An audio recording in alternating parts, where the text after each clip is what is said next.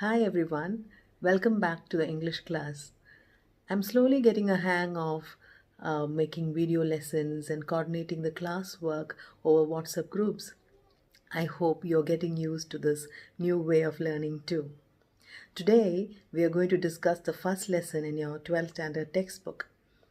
As I told you in the last class, which was an introductory class, the first unit is about the importance of women empowerment. There is no doubt that the best way to empower people is by giving them quality education. So, first of all, let's say yes to education.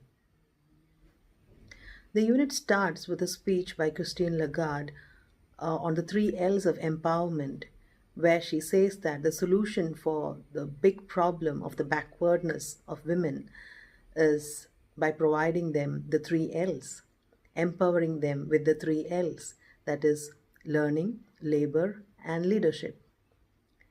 The unit also sheds light on the plight of uneducated women, women who don't have an income of their own, women who have to depend on their fathers, brothers, or husbands. Since the men came into the discussion, let me point out that this unit is as important to the boys as it is to the girls. Because unless the fathers, the brothers, and the husbands of our country start empowering their daughters and their sisters and their wives, the situation of the women in our country will not change. I'm sitting here in my room on a Sunday preparing my video lesson only because my husband is playing with my 2-year-old son. Only because my father is helping my 10-year-old daughter with her homework. Also because my mom is making lunch. Family support is very, very important for women. Some of the girls here might be thinking that I'm rich, I'm from a very well-off family, I don't need this. Let's look at what happened to Uttara. Her parents had money. Her brother was trying to help her by giving her money. And in the end, what happened? That same money became her curse and led to her death. If Uttara was educated, if she had a job, she would have had a circle of friends around her who would advise her and guide her and help her with the sad plight that she was in. Maybe she wouldn't have died. Education makes a girl aware of her rights. Education opens a whole new world of opportunities for her. Once she gets a job, she enters a circle of educated people, men and women, who would support her at every point of her life. If you don't have an education, there is a good chance that at some point in your life, you feel totally powerless, unqualified, abused, exploited, having no choices. Then some women commit suicide. Some others resort to cooking and cleaning jobs in rich people's houses because that's the only skill they have. Have you seen women around you go through situations like this in their lives, where they are totally helpless, have kids to take care of, their parents are sick, and they don't know how to live? They are not prepared for such a life. They are not equipped for such a life. Have you felt that you can do something outside the prescribed life? Something different from how your mom, your grandmother, your aunts, and the other women in your family have lived so far? I'm sure it is a yes. You can do more, right? You could do many things. You could have your own business. You could be a doctor or a nurse, an engineer, an architect, a pilot or a journalist, a chef or an accountant. You have many choices. Women have proven that they can do all kinds of jobs if they have to. Anything. They can do anything if they have to. Look at this woman climbing a coconut tree for a living. Her courage and determination is amazing. She just says that she had to do toddy tapping because her family depended on her alone for their survival. If she was educated, she could have done something else. Something less dangerous, something less difficult, and something that pays more. The problem is that many women won't think of working or having an income unless and until they find themselves in that point in their life where they are totally powerless, unqualified, and having no choices. Why do women put themselves in such a situation where they have so many opportunities to get educated, to take up jobs, to start their own business? In my mother's family, only around 5% of women are working. In this generation, it is me, a teacher, a younger cousin, Ashita, who's a doctor. In my mom's generation, it is Shaidatta, who's in the health department. She's like a role model for me. And Noor Jahan Tata, who is working in the educational field in Dubai. That's it. Yes, 2 other cousins are helping their husbands and their businesses. Rest, all the women in my family are homemakers. Homemaking is work, of course, I agree. But working women are homemakers too. We also have kids, we have old parents. I can show you umpteen examples of women pursuing various careers. Sridhanya Suresh, the first person to crack the IAS exam from a tribal community in Kerala. She hails from Wayanad district and completed her degree from Devgiri College in Kozhikode. She assumed charge as Kozhikode Assistant Collector this month. Haya Sindhi was born in Mecca, Saudi Arabia. In 1991, she convinced her family to allow her to travel alone to the United Kingdom in order to pursue her higher education. She was accepted to King's College London, where she graduated with a degree in pharmacology in 1995. She holds the view that a person's religion, color, or gender has no bearing on scientific contributions. Dr. Adila Abdullah is an Indian Administrative Service officer who is the current District Collector of Wayanad District, first Muslim woman to pass the civil service examination from Malabar area of Kerala state. Captain Saeeda Salwa Fatima, the only woman pilot from Hyderabad's old city and among the very few Muslim women to achieve the distinction of having a commercial pilot license. Captain Saeeda grew up in an economically less stable family, being the daughter of a counter salesman in a bakery. Mary Kom is an Indian Olympic boxer. She is the only woman boxer to have won a medal in each one of the 7 world championships and the only boxer, male or female, to win 8 world championship medals.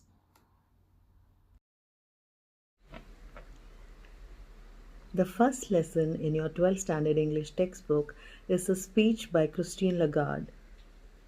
She was the president of the IMF, the International Monetary Fund, the organization that gives millions of dollars to countries going through economic troubles. She must be as old as your grandmother. She is 64 years old now. Can you imagine your grandmother holding such a high-profile job? Let's look at the textbook now. The Three L's of Empowerment by ChristineLagarde. Good afternoon. It is great to be among friends and kindred spirits. The 21st century possesses many challenges that require new ways of thinking, none more important than the economic role of women in a rapidly changing world. But women today remain blocked from contributing their true potential. This has a huge cost. In some countries, per capita income lag significantly because women are denied equal opportunity. They represent half the world's population but contribute far less than 50% of economic activity. What is needed to change this picture is a concerted effort to open the door to opportunity with what I call the three L's of women's empowerment: learning, labor, and leadership. With Dilna reading the speech for us, it feels a bit like the classroom, right? Christine Lagarde, in the beginning of her speech, says that the economic role of women is very important. So, what is the economic role of a woman? How can women participate in the economy? How do you think? How can women participate in the economy? By going shopping. You take money from your father and then go shopping. You spend money in the market. You're participating in the economy. Yeah, but a better way to participate would be to go to work, earn your own money, and then spend that money in the market. Or you could produce something. You could make cakes, you could make pickles, you could make traditional delicacies, whatever you're good at. Sell them and make money. Then you're participating in the economy. You're helping to boost the market, the Indian economy, you know? I think what Christine Lagarde means is that since women form 50% of the population, if that 50% of the population also go to work, if that 50% of population also have their own income, then there will be more money to spend, and that will help the economy. Then Christine Lagarde says there are some blocks that prevent the women from going out and working and earning an income. She says that there are certain blocks that prevent the women from achieving their full potential. Even educated women are not allowed to go and work and earn their own money in many countries. We can really relate to that, right?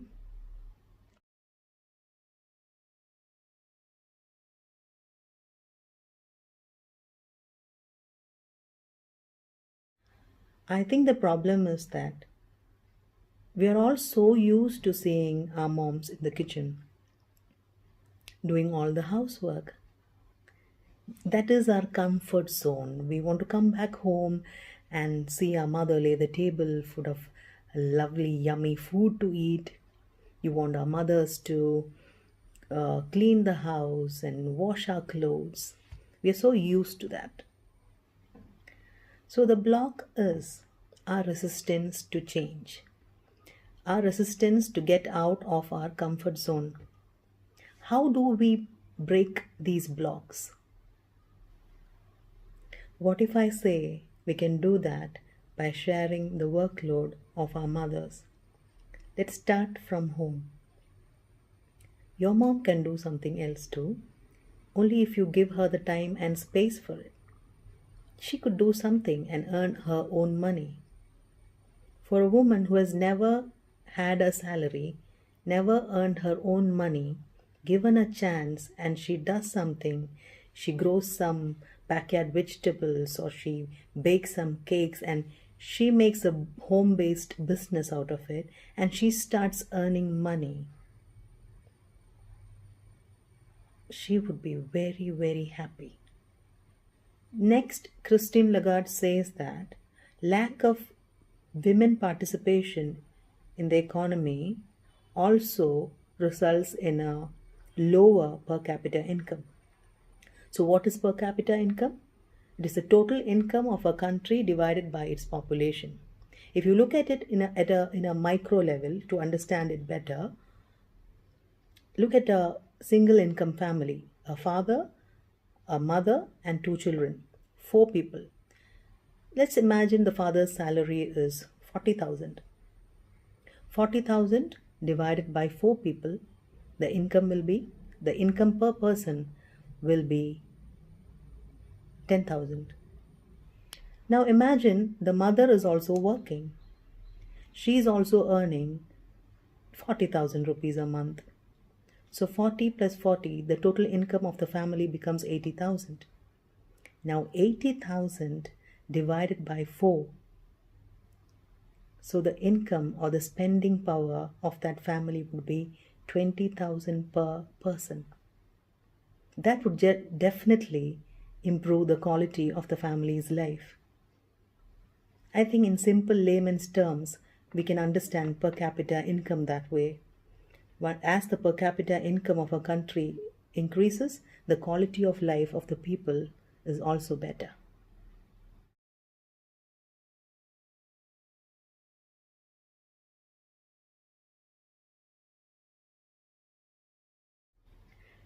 And here comes the solution. ChristineLagarde believes that the 3 L's of empowerment will make sure that women will participate in the economy. If women are given education, if women are given opportunities to work and earn their own money, if women are given leadership roles, she says, not only the woman, but the country also will benefit. First, about learning. Education is the foundation upon which any change is built. Learning helps women to help themselves and break the shackles of exclusion. Now, here is this more essential than in the developing world. There is an African adage that goes, if you educate a boy, you train a man. If you educate a girl, you train a village. Right from the beginning of this lesson, I have been telling you how important learning is, how important education is. Yeah, so that's what ChristineLagarde says in this paragraph of her speech. She also quotes an African adage, if you educate a boy, you train a man. If you educate a girl, you train a village. I'll give you a simple, funny example. Just imagine you bought a cake to the house. You cut the cake and gave one piece to the father, one piece to your mother. What is the reaction? The father happily eats the cake and then continues to watch the TV. The mother would ask, has everyone eaten? എല്ലാവർക്കുണ്ടോ? എല്ലാവരും കഴിച്ചോ? She is a carer and giver by nature. So if she is given education, we can be sure that she will share that too. She'll make sure that her children are educated. Her sister's children, her brother's children, her neighbor's children, she'll make sure that they are all educated. And she will also go around advising the whole town about the importance of education. That's what a woman is by nature, you know? And that's what that African adage means. A woman is not just the mother of her own children. She can be the mother of a whole town if she is allowed to be. Yes, on a serious note, learning is the first step to empowerment. As the teacher told you in the Victor's channel, that was such a wonderful class. Yeah, so learning is the first step to empowerment. It can get you jobs. People will start, once you get a job, People will start taking you seriously. People will start respecting you. Once you get a job, you become a confident woman. If learning is just the first step, labor is the second. Labor facilitates women to flourish and achieve their true potential. But at present, when women participate in the workforce, they too often tend to get stuck in low paying, low status, and low security jobs. Globally, women earn only three quarters as much as men, even with the same level of education and in the same occupation. Surely, one of our most basic norms should be equal pay for equal work. Recent researches show that eliminating gender gaps in economic participation can bring an increase in per capita income. In this paragraph, ChristineLagarde says about the challenges a woman faces at workplace. One of the major challenges is that, first of all, she is considered inferior to the male counterparts.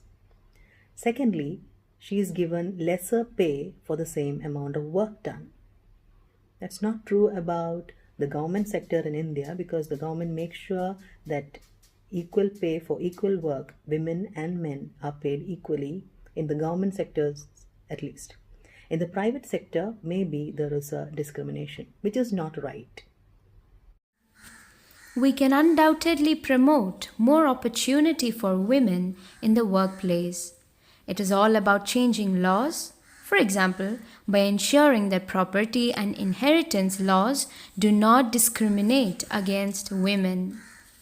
It also means policies that encourage education and health care. Moreover, we need to provide greater access to credit so that women can achieve greater economic independence. So, learning and labor are key factors. Here, in this paragraph, ChristineLagarde says that in order to prevent the discrimination against women at workplace and in the society in general, we have to make the right rules.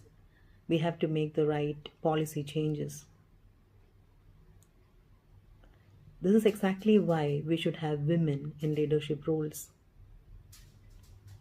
Women should be involved in the policy making level so that she will make policies which are favorable, which understands women and her problems. And then we will have the right policies in place which will make sure women are empowered. Our state, Kerala, is a very good example. We have a universal health care system and a universal education system, by which I mean that we have a health care system where free medical care is available for everyone in government hospitals and clinics. We have free education available for any child who wants an education. We have free food given to all the students who need it. In the healthcare field, I'm a new mother, so I know each pregnant woman is assigned a health worker who would support her through the pregnancy and even after childbirth, who would advise her on good food habits, who would remind her of the doctor's visits, who would remind her of the vaccinations to be taken for the baby. We have such a good support system, and we should be thankful for that. The third L is leadership that enables women to rise and fulfill their innate abilities and talents. Here, there's plenty of room for improvement. The irony is that when women lead, they tend to do as good a job as others, if not a better job. They are more likely to make decisions based on consensus building, inclusion, compassion, and with a focus on long term sustainability. It is true that women sometimes lack the confidence to match their competence, but they need to change that mindset and reset the narrative in their favor. So it is essential that women be ready to dare the difference, to take risks and step outside their comfort zones. Nonetheless, even those with the drive to succeed continue to face barriers. Whether we are talking about providing primary education for girls in a village or executive positions for women in business. It is time to create a world where all women can meet their potential without impediment or prejudice, and the world will reap the benefits. The three L's will help us get there. If we dare the difference will deliver. Thank you so much.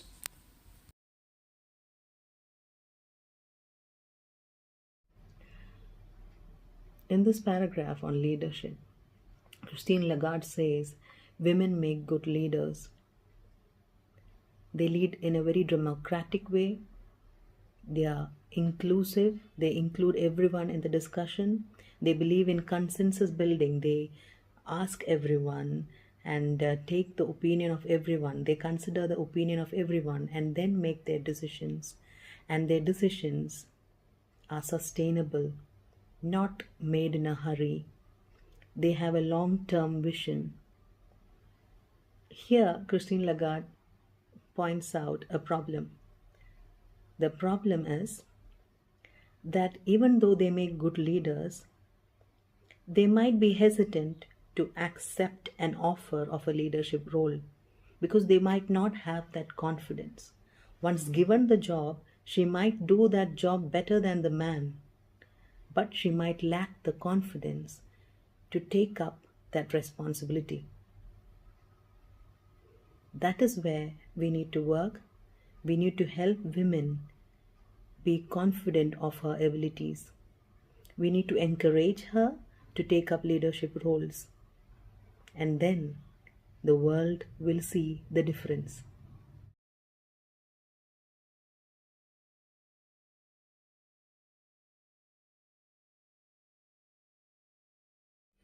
Thank you, Dilna, for that wonderful reading. I'm sure all the students will find it very useful. It will be very nice if all of you read the lesson aloud once. It really helps to improve your language. It gets your tongue familiar with the language, especially those who don't speak English at all. Try to do that also with your brothers and sisters at home. Try to practice speaking English because that's the best way to learn. This lesson on women empowerment will not be complete if I don't tell you about the great work women leaders are doing across the world. Let's have a look at this slide. Women leaders shine during the pandemic. What do Taiwan, New Zealand, Iceland, Finland, Germany, and Kerala have in common? Low COVID-19 death rates and women in charge.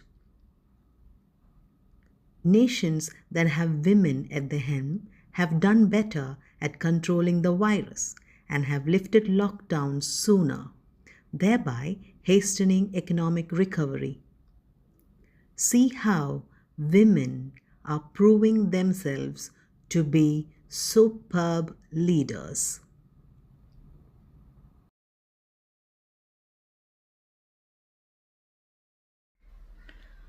After going through the assignments that you sent me, the assignments based on the lesson 3 L's of empowerment, I was shocked to see how many girls still think that the opportunities of higher education and the possibilities of being a career woman is not meant for them.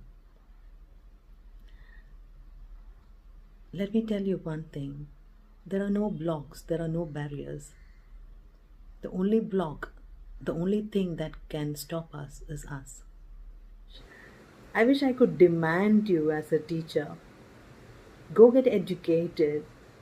Get a job, say yes to the leadership roles offered to you, so that once you are in a leadership position, you could lift other women out of their miserable and insecure lives.